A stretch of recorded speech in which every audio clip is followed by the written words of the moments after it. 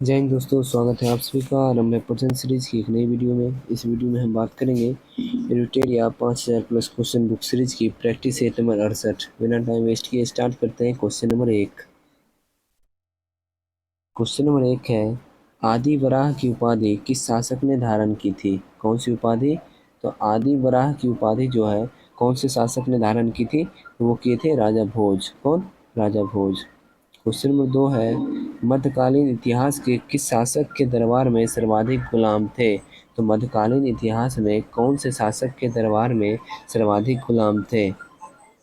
वो थे Firoz Shah Tughlaq. Question number 3 है, सही क्रम में लिखना है इन लोगों को, ठीक है। तो सही क्रम इसका क्या हो जाएगा? इसमें सबसे पहले आ जाएगा जहांदार शाह, और दूसरा फर्रुख सियर, तीसरा मोहम्मद शाह, शाह आलम द्वितीय, ठीक है। Option number D. Question number 4 है, उत्तर वैदिक काल के ग्रंथों में किस धातु को श्याम अयस या कृष्ण अयस कहा गया है? उत्तर वैदिक काल में किस धातु को श्याम अयस या कृष्ण अयस कहा गया है? तो वो है लोहा। क्वेश्चन नंबर 5, किस शासक ने सबसे पहले गिरनार क्षेत्र में एक झील का निर्माण करवाया था? तो गिरनार क्षेत्र में एक झील का निर्माण किस शासक ने सबसे पहले करवाया था? वो थे चंद्रगुप्त मौर्य। क्वेश्चन नंबर 6, कथन 1 और कथन 2 दिया हुआ है। चीनी लेखक भारत का इन तू नाम की उल्लेख करते थे, ठीक है। और दूसरा है, वेन सॉन्ग की यात्रा विवरण सीयू की है। तो कौन सा सही कथन चुनना है, ठीक है। तो इसमें से सही कथन जो है दोनों है, ठीक है। Option number C. Question number 7 है, सर्वप्रथम किस एक्ट ने भारत के क्षेत्रों को पहली बार ब्रिटिश अधिकार क्षेत्र कहा? तो कौन सा एक्ट ने बताइए? ये एक्ट था Pitt's India act 1784। Question number 8 है, संयुक्त लोक सेवा आयोग का गठन किसके द्वारा किया जा सकता है? संयुक्त लोक सेवा आयोग का गठन किसके द्वारा किया जा सकता है? तो संसद के अधिनियम द्वारा।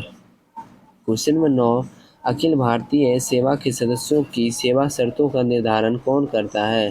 तो इसकी सेवा शर्तों का निर्धारण संसद करता है। क्वेश्चन नंबर 10 है, भारत में राष्ट्रपति के निर्वाचन की पद्धति को किस देश के संविधान से लिया गया है? तो राष्ट्रपति के निर्वाचन की पद्धति ली गई है आयरलैंड के संविधान से, ठीक है। क्वेश्चन नंबर 11 है, ग्लाइकोलाइसिस के अंत में एटीपी का शुद्ध लाभ है? तो ग्लाइकोलाइसिस के अंत में एटीपी का 2 शुद्ध लाभ है। कितना? 2। क्वेश्चन नंबर 12, प्रोथ्रोम्बिन जो रक्त स्कंदन की प्रक्रिया का आवश्यक घटक है का निर्माण कहाँ होता है? तो प्रोथ्रोम्बिन का निर्माण कहाँ होता है? तो इसका निर्माण होता है यकृत में। क्वेश्चन नंबर 13, पेप्सिन किस माध्यम में कार्य कर सकता है? तो पेप्सिन कार्य करता है किस माध्यम में? अम्लीय माध्यम में। क्वेश्चन नंबर 14, एक आनुवांशिक बीमारी जिसे परिणाम स्वरूप रक्त जमने की दिक्कत होती है, तो कौन सी बीमारी है वो? तो वो बीमारी है हीमोफीलिया। क्वेश्चन नंबर 15 है, निम्नलिखित में से कौन एक नाइट्रोजन उर्वरक नहीं है? कौन एक नाइट्रोजन उर्वरक नहीं है? सुपर फॉस्फेट ऑफ लाइम जो है एक नाइट्रोजन उर्वरक नहीं है। ब्लाइंड स्पॉट किसके कारण होता है? तो ब्लाइंड स्पॉट किसके कारण होता है? रॉड और शंकु कोशिकाओं की कमी के कारण। किसके कारण? रॉड और शंकु कोशिकाओं की कमी के कारण ब्लाइंड स्पॉट होता है। क्वेश्चन नंबर 17 है, विद्युत अपघटन में इलेक्ट्रॉन मुक्त होते हैं कहाँ पर? तो विद्युत अपघटन में इलेक्ट्रॉन मुक्त होते हैं एनोड पर। किस पे? एनोड पे। क्वेश्चन नंबर 18, नमक को बर्फ के साथ मिलाने से हिमांक, तो नमक को बर्फ के साथ मिलाने से हिमांक घटता है।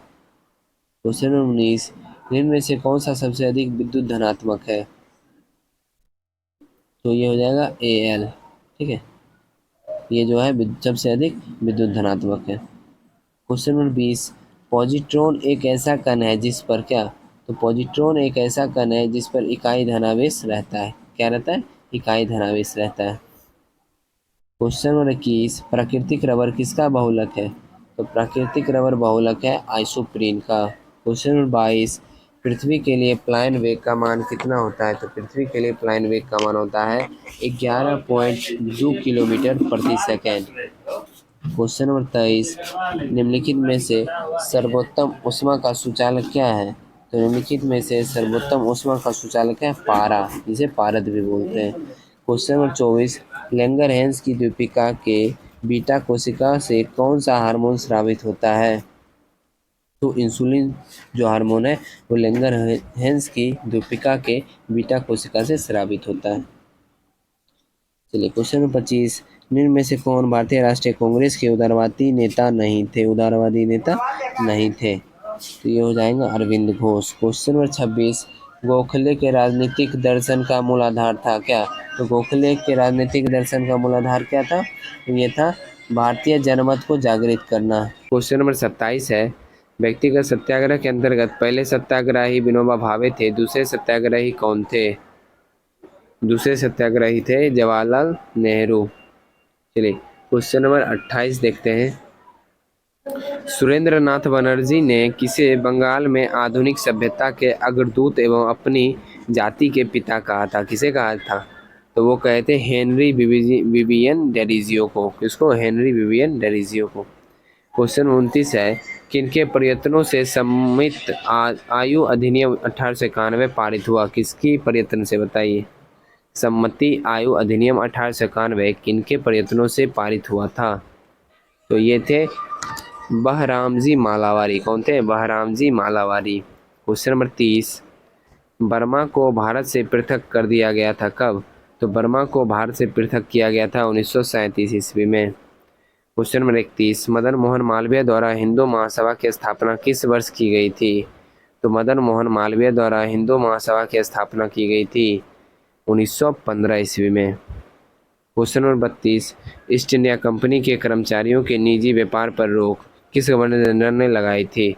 तो ईस्ट इंडिया कंपनी के कर्मचारियों के निजी व्यापार पर रोक कौन से गवर्नर जनरल ने लगाया था? लॉर्ड कॉर्नवालिस ने। क्वेश्चन नंबर 33, किसने कांग्रेस से अलग होकर पृथक कांग्रेस राष्ट्रवादी दल का गठन किया था? तो किसने किया था? तो वो किए थे मदन मोहन मालवीय ने। क्वेश्चन नंबर 34, कांग्रेस की अखंडता में वृद्धि करने हेतु 1912 बांकीपुर बिहार की सभा में डेलीगेट शुल्क घटाकर कितना किया गया था? तो डेलीगेट शुल्क घटाकर कितना किया गया था? वो किया गया था 5 रुपये से 1 रुपये। कितने? 5 रुपये से 1 रुपये। क्वेश्चन नंबर 35, डेविड हेयर और अलेक्जेंडर डफ के साथ मिलकर निम्नलिखित में से किसने कोलकाता में हिंदू कॉलेज की स्थापना किया था? तो वो किए थे राजा राम मोहन राय। क्वेश्चन नंबर 36, दिल्ली में स्वदेशी आंदोलन को किसने लोकप्रिय बनाया? तो दिल्ली में स्वदेशी आंदोलन को लोकप्रिय बनाए थे सैयद हैदर राजा। क्वेश्चन नंबर 37, कांग्रेस की उस अधिवेशन की अध्यक्षता किसने की थी जिसमें कांग्रेस ने स्वराज को अपना मुख्य लक्ष्य घोषित किया था? तो उसकी अध्यक्षता किए थे दादा भाई नौरोजी। क्वेश्चन नंबर 38, निम्नलिखित में से कौन सी नदी पश्चिम की दिशा में बहती हुई अरब सागर खंभा खाड़ी में गिर जाती है? तो कौन सी नदी है इसमें से? हो जाएगी साबरमती, पेरियार और नर्मदा। ये तीनों नदी जो है पश्चिम दिशा में बहती हुई अरब सागर या खंभात की खाड़ी में गिर जाती है। क्वेश्चन 39 है, निम्नलिखित में से किस पर्वत में बही बेरही ज्वालामुखी नहीं पाए जाते हैं? तो ये जो है हिमालय में नहीं पाए जाते हैं। क्वेश्चन नंबर 40, चैलेंजर गर्त किस महासागर का सबसे गहरा गर्त है? तो चैलेंजर गर्त जो है प्रशांत महासागर का सबसे गहरा गर्त है। हाँ। क्वेश्चन नंबर 41 है, लोनार झील का निर्माण कैसे हुआ था? तो लोनार झील का निर्माण कैसे हुआ था बताइए? तो इसका निर्माण हुआ था उल्का पिंड के गिरने से। कैसे हुआ था? उल्का पिंड के गिरने से। क्वेश्चन नंबर 42, निम्न में से कौन नकदी फसल में सम्मिलित नहीं है? तो ऑप्शन पढ़ने पे पता चलेगा। नहीं पूछ रहा है, रबड़ तो है, जूट भी है, तंबाकू भी है, गेहूँ जो है वो नकदी फसल में सम्मिलित नहीं है। क्वेश्चन नंबर 43, क्षेत्रफल के अनुसार निम्नलिखित जिलों का सही अवरोही क्या है? तो क्षेत्रफल के अनुसार निम्नलिखित जिलों का सही अवरोही पूछ रहा है। ठीक है, देखते हैं। तो ये हो जाएगा सबसे पहले पश्चिम चंपारण, क्षेत्रफल के अनुसार पूछ रहा है। पश्चिम चंपारण, फिर गया हो जाएगा, फिर हो जाएगा पूर्वी चंपारण, फिर हो जाएगा रोहतास। 2, 1, 3, 4 ऑप्शन नंबर सी।